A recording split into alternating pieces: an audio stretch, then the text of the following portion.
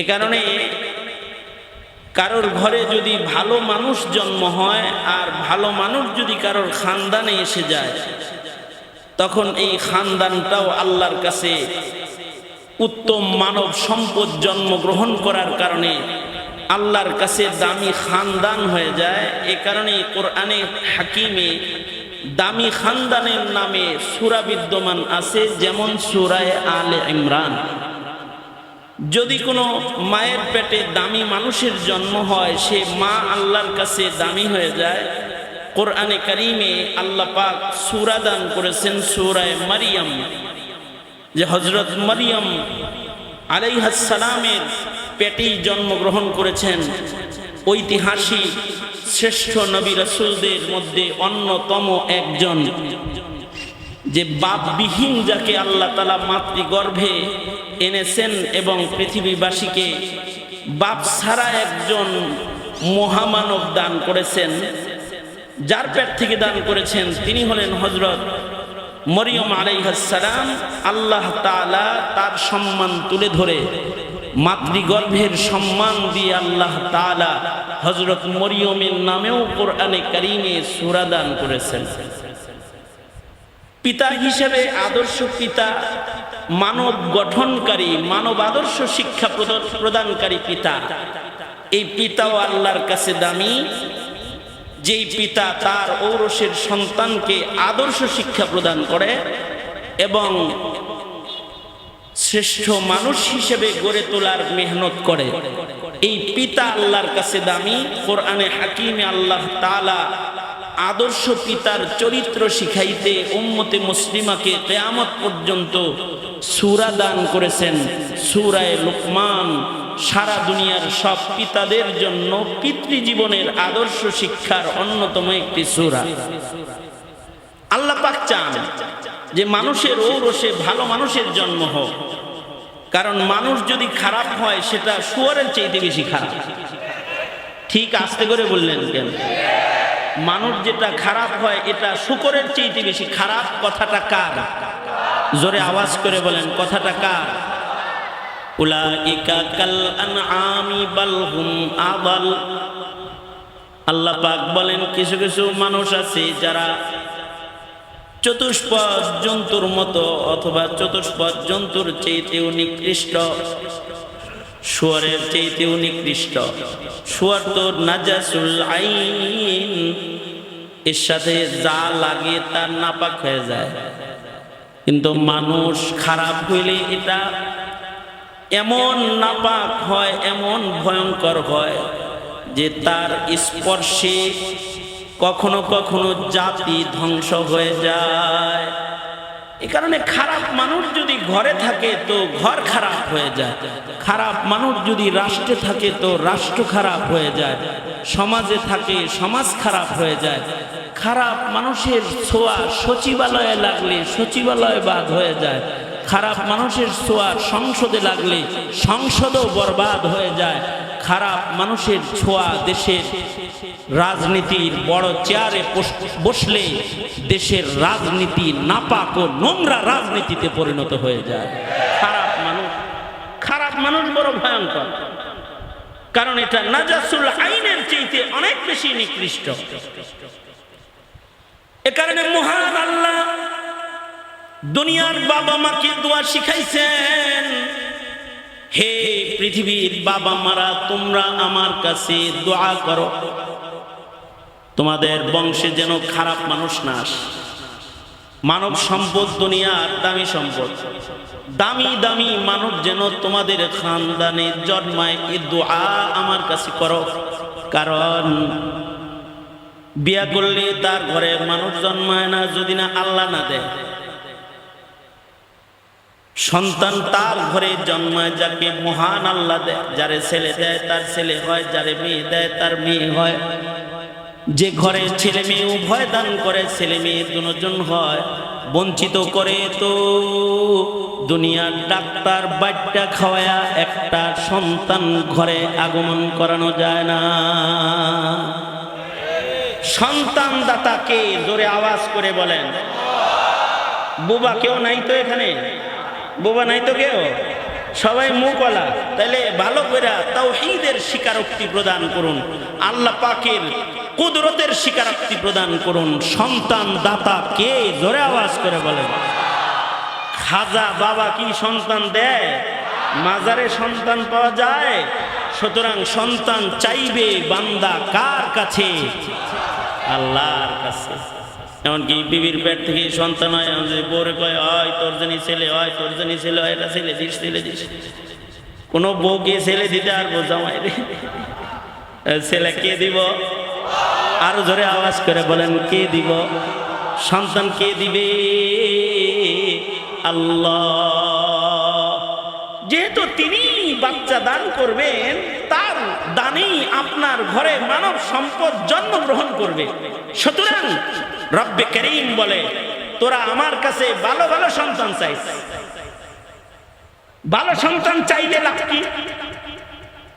ভালো সন্তান যে সকল বাবারা আল্লাহর কাছে চাইবে, তাদের ঔরসে ইনকেস যদি ভালো সন্তান জন্ম নাও হয়, শুধু ভালো সন্তান চাওয়ার গুণের বদলে আল্লাহ তাআলা এই পিতাকে ইবাদুর রহমানের মাকাম দান করে ফেরদাউস জান্নাত দান করবে।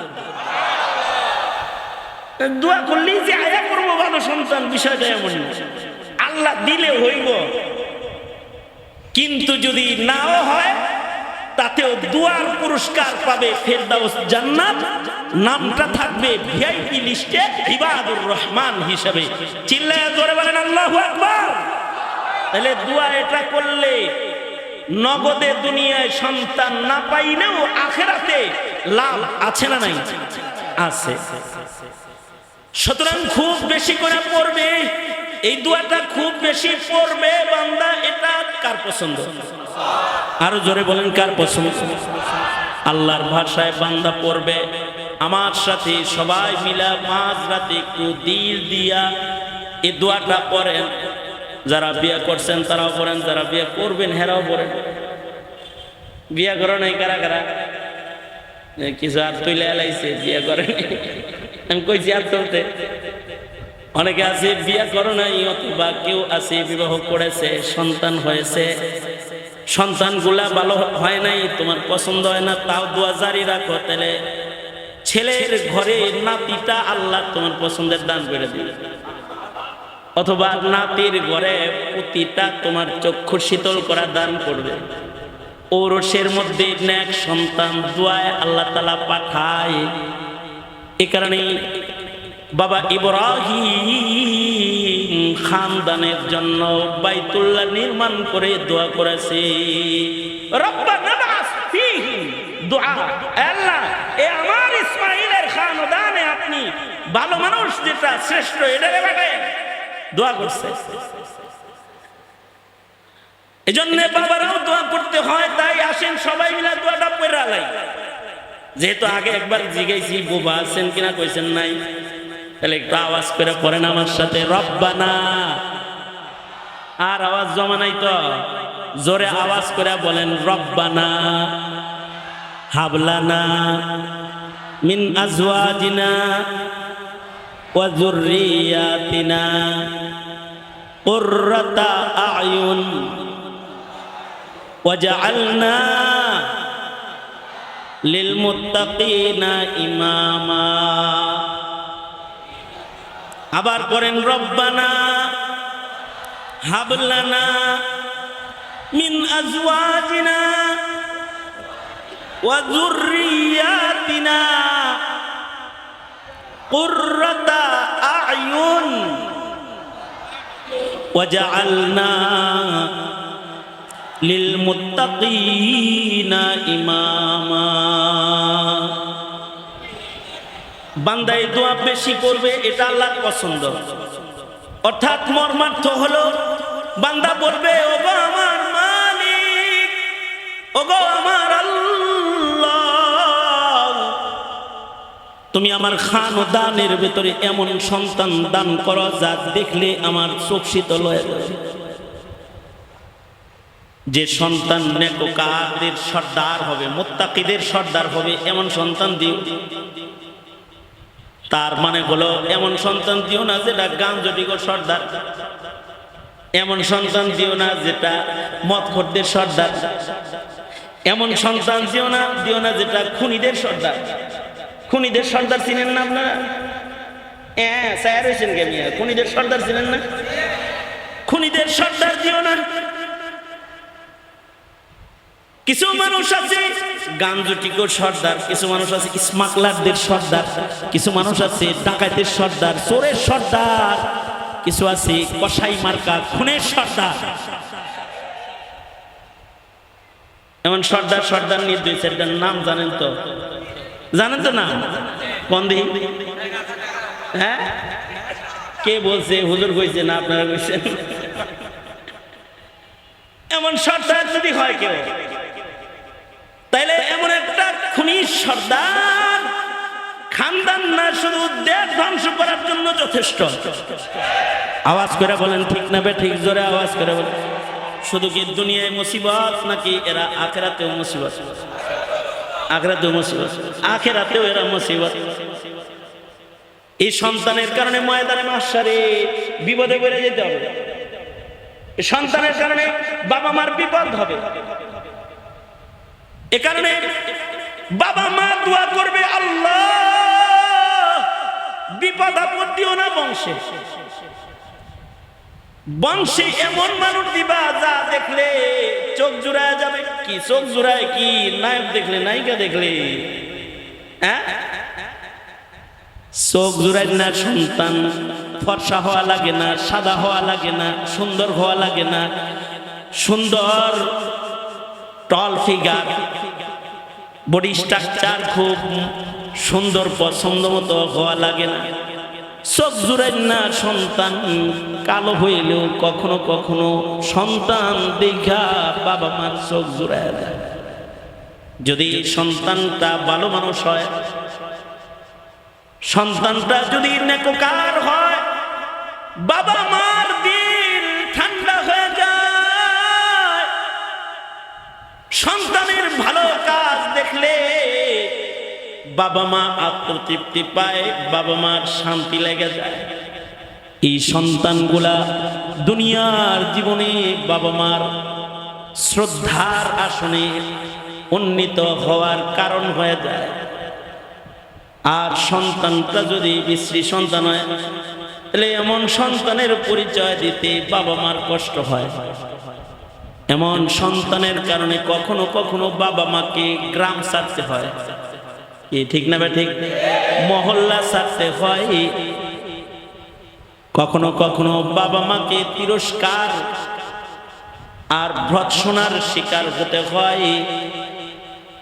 এ কারণে আল্লাহ কয়, আমার কাছে ডাক্তার চাস না, ইঞ্জিনিয়ার চাস না, আমার কাছে মেনশন করে কোনো পদের নাম দিয়ে সন্তান চাস না, নায়ক চাস না, নায়িকা চাস না, আমার কাছে চাবি আল্লাহ। এমন সন্তান আমারে দাও যা দেখলে আমার চোখ জুড়ায় যাবে।